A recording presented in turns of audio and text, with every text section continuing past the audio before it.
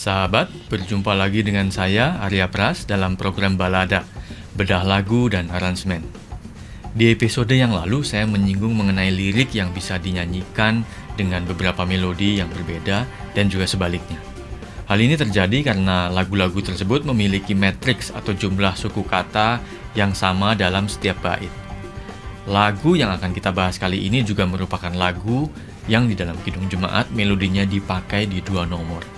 Salah satunya adalah Kidung Jemaat nomor 76, Kau Yang Lama Dinantikan. Sementara melodi yang sama juga dipakai di Kidung Jemaat 65, Cakrawala dan Malaikat.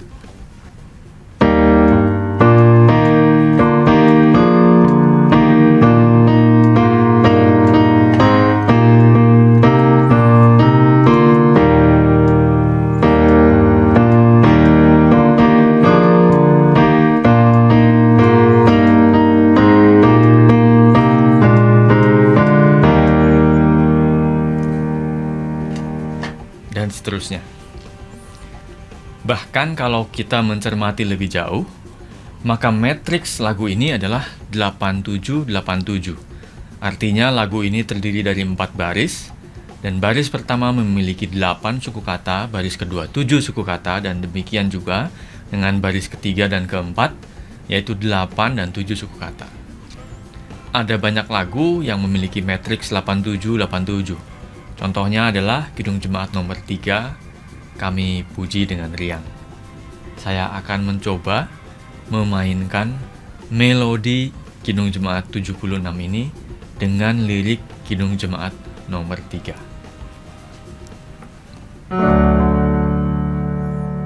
Kami puji dengan riang di Kau Allah yang besar, bagai bunga terima siang, hati kami pun mekar. Kabut dosa dan derita, kebimbangan telah lenyap, sumber suka yang abadi, beri sinar-Mu menyerap. Kita juga bisa memainkan melodi Kidung Jemaat 3 ini dengan lirik Kidung Jemaat 76. Contohnya, Kau yang lama dinantikan, Juru Selamat datanglah, agar kami Kau sucikan dari dosa dan celah. Umat-Mu tetap Kau tuntun, Kau harapan kami pun. Bangsa dunia menunggu penghiburan kasih-Mu. Kalau kita teruskan lagunya, maka sampai akhir lagu kita akan bisa menyanyikan dengan suku kata yang tepat karena memang ukuran suku katanya atau matriksnya sama, 8787. Pada episode kali ini, lagu yang akan dibahas adalah Kidung Jemaat 76, Kau Yang Lama Dinantikan. Sebelum membahas lebih lanjut, mari kita saksikan videonya.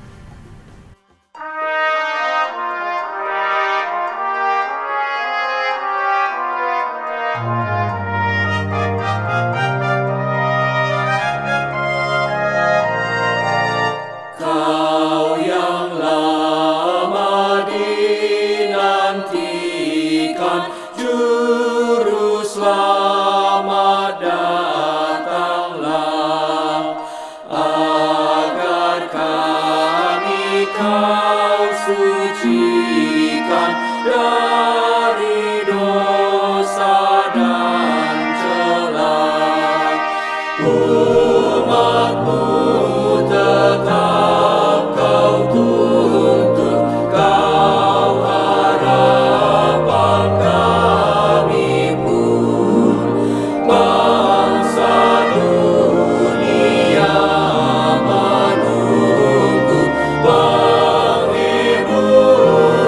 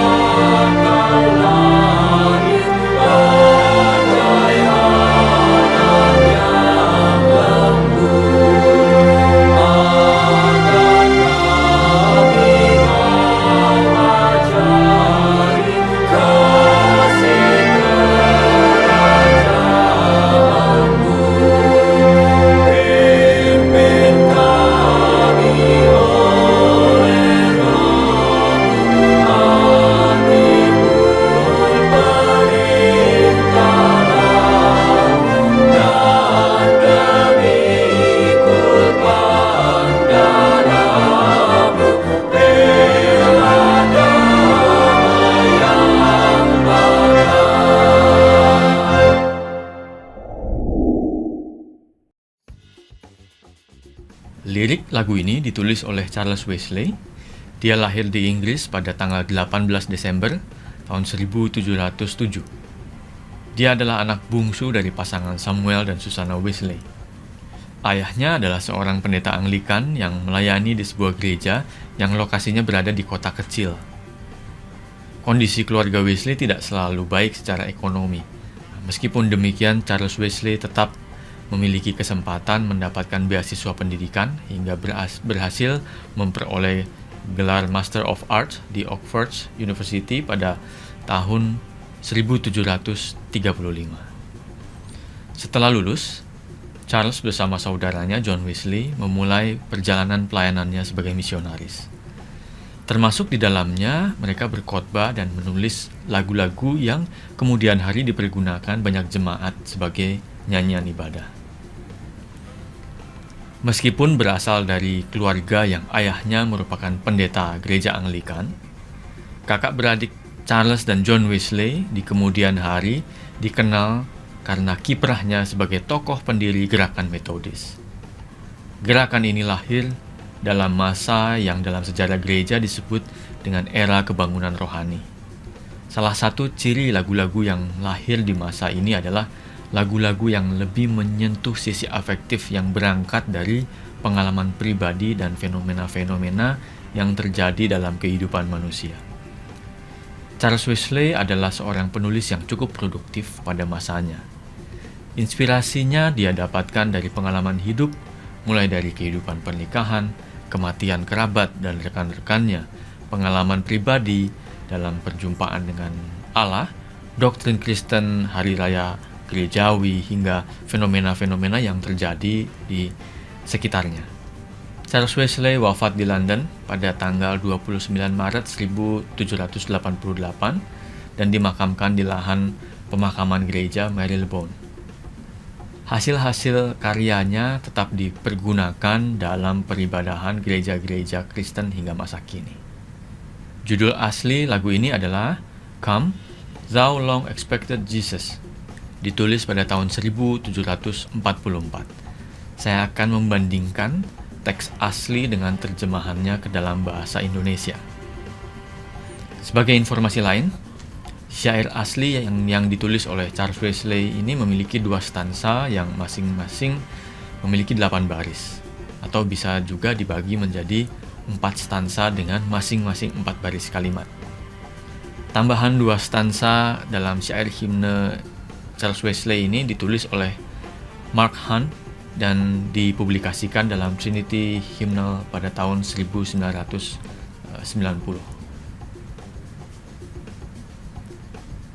Baik dalam teks aslinya maupun dalam terjemahan bahasa Indonesia, kita bisa melihat jelas bahwa lagu ini bercerita tentang penantian juru selamat, yaitu Yesus sendiri. Peran dari juru selamat itu adalah membebaskan manusia dari dosa. Dengan demikian, juru selamat itu menjadi harapan manusia karena situasi manusia yang sedang butuh penghiburan.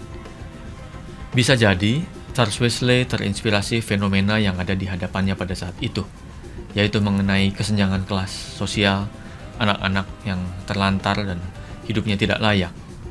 Melihat fenomena ini, bisa jadi dia memandang Yesus sebagai penghibur sekaligus pembebas manusia dari keadaan suram yang dilihatnya. Hal ini juga senada dengan Mesias yang dinantikan bangsa Israel. Mesias tersebut akan membebaskan bangsa Israel dan dengan demikian Mesias itu adalah harapan bagi bangsa Israel. Kalau bait pertama berbicara mengenai harapan akan Mesias juru selamat dunia, maka bait kedua menggambarkan harapan tersebut menjadi kenyataan melalui kelahiran bayi Yesus, Sang Juru Selamat itu.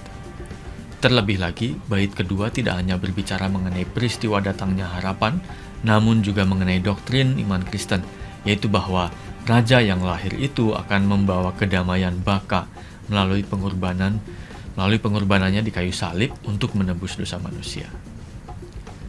Teks ini pada mulanya tidak dirancang untuk digubah menjadi sebuah lagu, tetapi banyak nada atau melodi yang dipasangkan ke syair ini.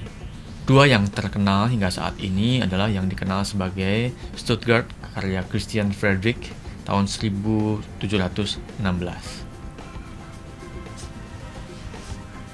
Saya akan mainkan.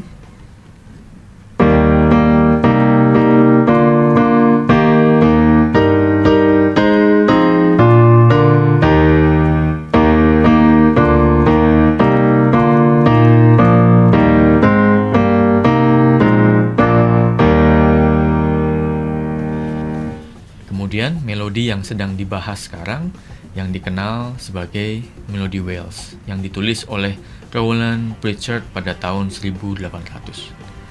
Pada tahun 1835, akhirnya himne ini dipublikasikan sebagai salah satu himne ibadah di dalam Methodist Wesleyan Hymn Book.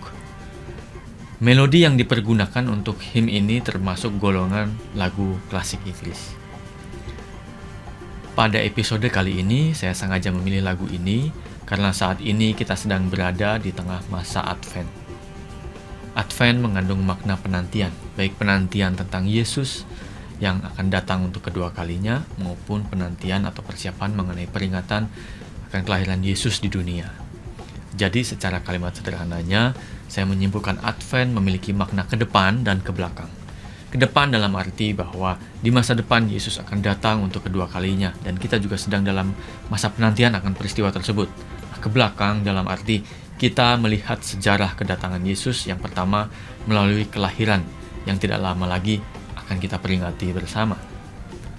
Kedatangan Yesus baik yang pertama maupun kedua terjadi dalam rangka agenda atau rancangan keselamatan yang dianugerahkan Allah sendiri kepada manusia.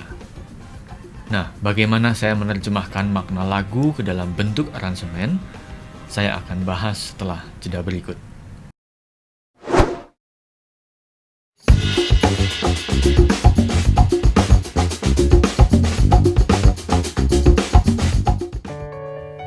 Sahabat, YKB GKI TV menayangkan program baru yaitu Balada, Bedah Lagu dan Aransemen di channel Bedah Lagu. Program ini tayang secara premier 2 minggu sekali setiap hari Sabtu jam 8 malam.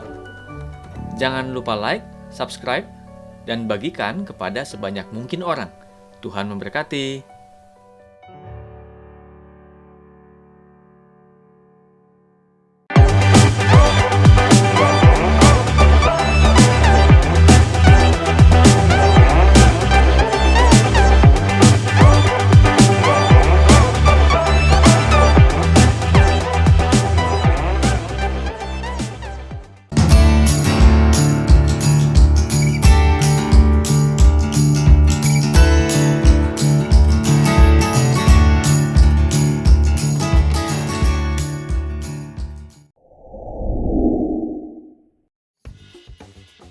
Karena lagu ini terdiri dari 2 bait, maka saya membagi aransemen lagu ini menjadi 2 bagian, yaitu bait pertama dan bait kedua.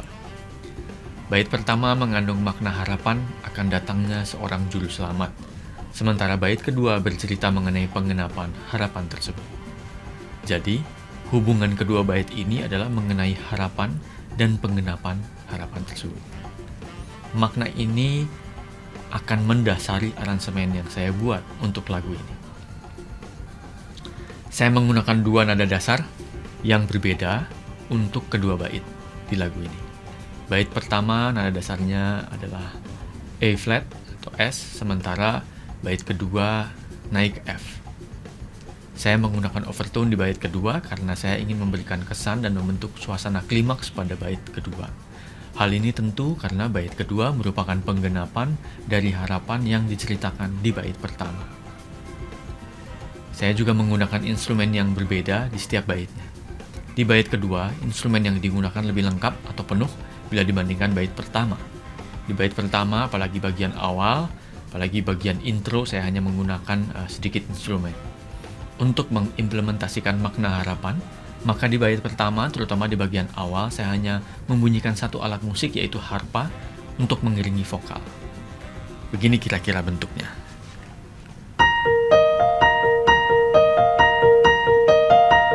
Jadi kalau digabung dengan vokal kira-kira seperti ini.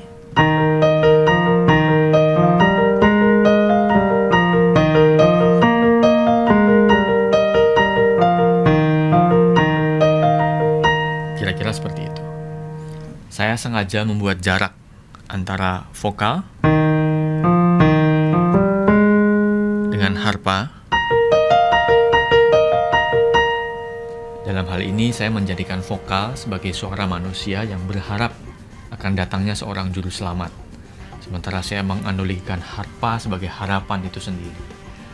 Saya menggambarkan bahwa manusia ada di bawah dan harapan itu ada jauh di atas manusia. Jadi saya memang sengaja membuat ada jarak di sini. Di bait pertama, harapan itu belum datang. Jadi saya makin tegas bahwa harus ada jarak antara manusia yang berharap dan harapan itu sendiri. Ini ada jaraknya di sini. Baris pertama dan kedua di bait ini bunyinya, "Kau yang lama dinantikan, juru selamat datanglah." Ini adalah pembukaan dan tema utama dari bait 1, yaitu mengenai penantian akan sesuatu yang diharapkan. Di baris ketiga dan keempat mulai ada angan-angan atau harapan akan dampak dari harapan tersebut. Kalau nanti harapannya sudah datang, maka ada dampak dari harapan itu. Nanti setelah harapan tersebut datang, maka dampak yang ditimbulkan adalah penyucian dari dosa dan celah. Di baris ketiga dan keempat, saya mulai memasukkan instrumen brass seperti ini.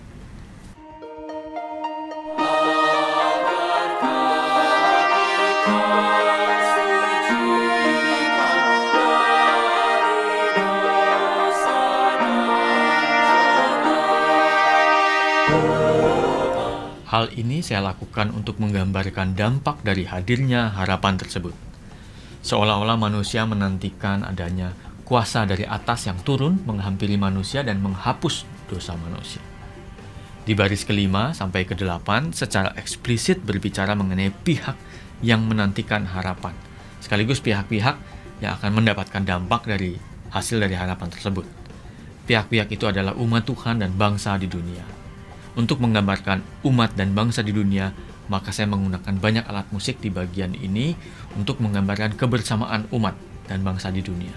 Seperti halnya sebuah orkestra yang terdiri dari banyak musisi yang bermusik secara bersama-sama, maka saya menganalogikan kondisi ini sebagai umat dan bangsa dunia yang menyorakan pengharapan akan datangnya seorang juru selamat. Bait kedua merupakan penggenapan akan harapan tersebut. Maka saya membuat suasana di bait ini lebih meriah dari bait pertama. Suasana meriah ini juga saya hadirkan untuk menggambarkan sukacita yang dialami manusia ketika harapan yang ditunggu itu datang. Sukacita ini saya gambarkan dengan perpindahan harmoni yang dinamis, sehingga suasana yang dihadirkan adalah suasana yang lebih meriah. Berbeda dengan bait pertama, di bait kedua, di awal bait perpindahan harmoni dan bass terjadi dalam setiap ketuk. Saya akan coba mainkan dan bandingkan. Ini di bait pertama ya.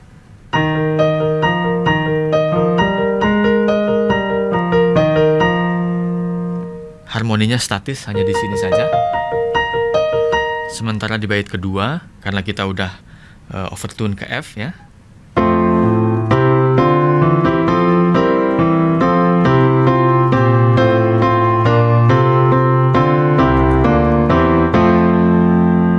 Lihat, setiap ketuk harmoni dan bassnya berubah. Jadi kita bisa merasakan perbedaannya. Bait pertama, harapan itu belum datang. Sementara bait kedua itu bercerita mengenai sukacita karena harapan itu sudah datang. Maka suasananya lebih dinamis. Untuk menggambarkan suasana sukacita ini, saya menghadirkan banyak alat musik di bait kedua. Rumpun alat musik yang utama adalah string dan brass, atau alat gesek dan tiup besi. Dalam setiap rumpun saya menggunakan beberapa instrumen yang berperan sebagai sopran, alto, tenor, dan bass. Dalam rumpun string saya menggunakan instrumen violin sebagai sopran, lalu viola, alto, cello, tenor, dan kontrabas sebagai bass. Sementara di rumpun brass saya menggunakan trompet, horn, dan trombone. Seperti biasa, string difungsikan sebagai tulang punggung atau pemegang harmoni utama. Dalam lagu ini, meskipun berperan sebagai pemegang harmoni utama, string tidak bermain secara homofonik atau bergerak dengan pola yang sama dalam setiap ketuknya. Setiap unsur yang ada di dalam string bergerak dengan polanya masing-masing. Jadi, kita bisa menyebut pola string di bait kedua ini sebagai pola polifoni. Singkatnya, setiap unsur memainkan melodinya sendiri-sendiri dan bersahutan satu sama lain.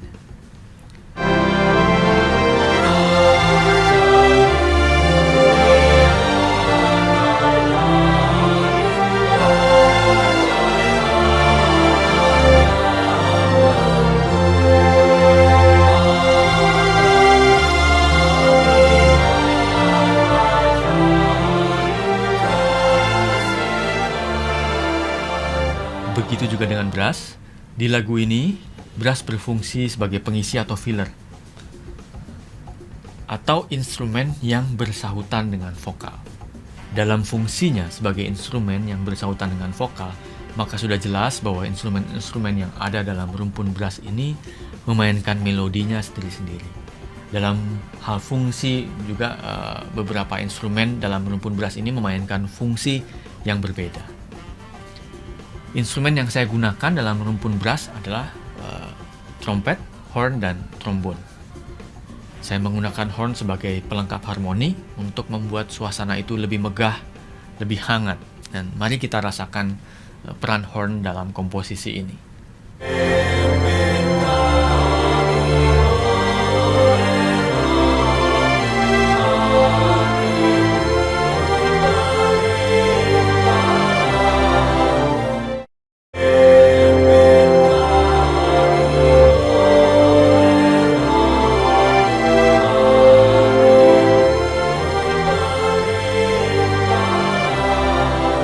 Sementara saya menggunakan trompet dan trombon sebagai pemberi aksen. Sebagai pemberi aksen, maka selain dalam bentuk melodi, di ujung melodi atau di tengah atau di awal, kedua alat ini banyak memainkan not staccato. Peran ini dilakukan terutama di bagian akhir bait kedua.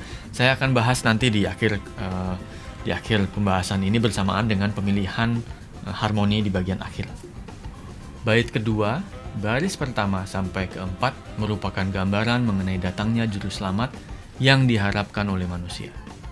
Pada bagian ini digambarkan bahwa juru selamat tersebut hadir sebagai seorang anak yang lembut yang mengajari kasih kepada manusia. Sementara di baris kelima dan keenam ada gambaran mengenai peran Roh Kudus di dalam hati manusia sebagai dampak dari harapan tersebut. Saya memberikan penekanan mengenai peran Roh Kudus ini melalui satu instrumen yang memainkan nada yang tetap, berada di range yang tinggi. Nah, bagi kebanyakan manusia, roh adalah sesuatu yang tidak kasat mata, namun kehadirannya berdampak bagi kehidupan. Karena tidak kasat mata, maka saya juga menganalogikan kehadiran Roh Kudus ini dalam bentuk alat musik string atau gesek dan menempatkannya dalam jangkauan nada yang tinggi. Saya menempatkan dalam jangkauan nada yang tinggi untuk menggambarkan bahwa roh itu adalah roh yang posisinya selalu ada di atas manusia, karena dia adalah roh yang membimbing manusia. Saya juga menggambarkan Roh Kudus sebagai roh yang tetap membimbing manusia dengan menempatkan violin satu dengan nada yang sama selama frase ini berlangsung. Jadi notnya akan tetap selama frasa itu berlangsung.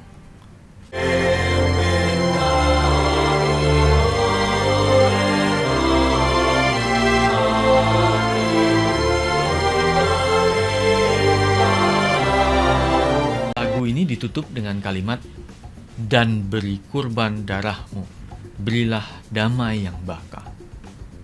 Ini adalah penutup yang mengandung pokok ajaran Kristiani, bahwa Yesus adalah satu-satunya harapan untuk membebaskan umatnya dari belenggu dosa.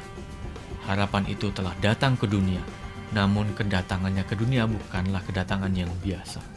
Dia datang untuk menebus dosa manusia dengan mati di kayu salib, sehingga pengorbanannya itu membawa pendamaian bagi umatnya.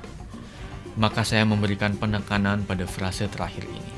Cara saya memberi perhatian khusus dan memberikan penekanan adalah melalui pemilihan harmoni dan juga memasukkan trompet dan trombon yang memberikan aksen di bagian ini. Saya ingin mendramatisasi frase dan beri kurban darahmu dengan menggunakan harmoni yang berubah mengikuti melodi, namun bassnya tetap pada posisi yang sama, yaitu posisi dominan atau 5. Jadi begini kira-kira.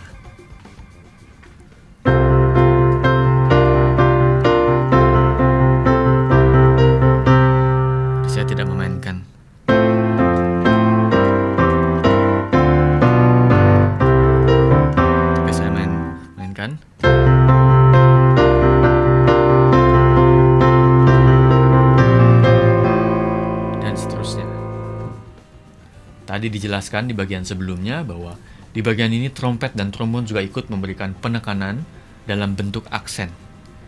Saya melakukan hal ini sebagai tanda bahwa ini adalah bagian yang penting dari ajaran iman Kristen, dan umat perlu memberikan perhatian akan ajaran ini. Kenapa saya menggunakan trompet dan trombon atau alat musik brass? Trompet dan trombon adalah alat musik yang cara memainkannya ditiup yang terbuat dari besi. Dengan demikian, karakter suaranya lebih keras dan tegas bila dibandingkan dengan string atau alat musik gesek. Terutama trompet, alat ini sering digunakan sebagai pemberi tanda. Sebagai contoh, salah satu contoh saja, di asrama pendidikan tentara, tanda agar setiap siswa bangun di pagi hari dan melakukan persiapan untuk olahraga atau memulai suatu hari adalah dengan menggunakan trompet.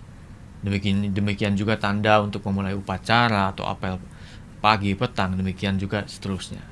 Hal ini dilakukan selain karena brass memiliki suara yang keras, alat musik ini juga memiliki jangkauan yang sangat luas, sehingga bisa terdengar dari kejauhan. Demikian juga di lagu ini, saya menggunakan brass sebagai penanda atau pengingat bahwa bagian terakhir ini adalah kesimpulan yang sangat penting dari lagu ini. Nah, itu tadi pemaparan saya mengenai aransemen lagu Kidung Jemaat nomor 76, Kau Yang Lama Dinantikan. Kalau ada kritik, saran, komentar, dan pertanyaan, silakan ketik di kolom chat atau komentar. Kalau sahabat merasa terberkati dengan video ini, boleh bantu share link video ini dan semoga menjadi berkat bagi banyak orang. Sampai jumpa di episode-episode selanjutnya dengan penelaahan lagu lainnya. Salam.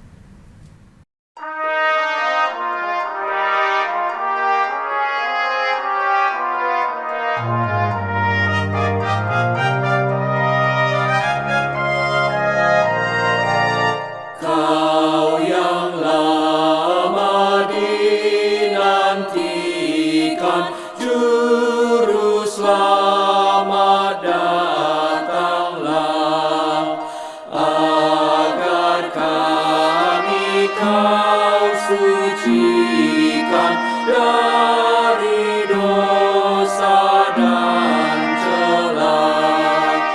Umat-Mu tetap Kau tuntut, Kau harapan kami pun. Bangsa dunia menunggu penghiburan kasih-Mu.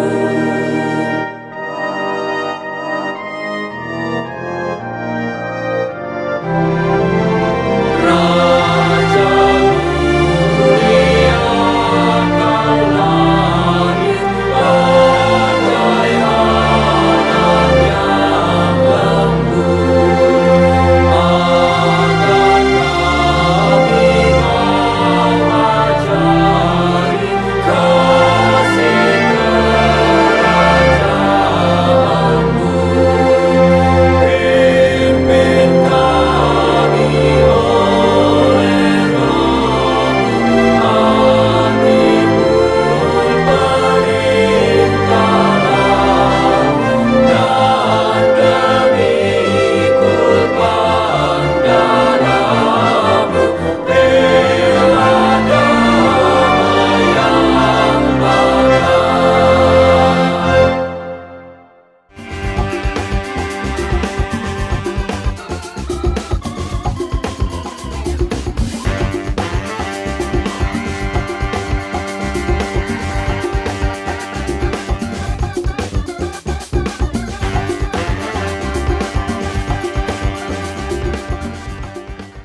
Sahabat, mari dukung pelayanan dan pekabaran Injil melalui YKB dengan membagikan link acara ini kepada sebanyak mungkin orang. Dukungan juga dapat saudara lakukan dengan mentransfer dukungan finansial ke rekening BCA ke nomor 450 305 2990 450 305 2990 atas nama Yayasan Komunikasi Bersama.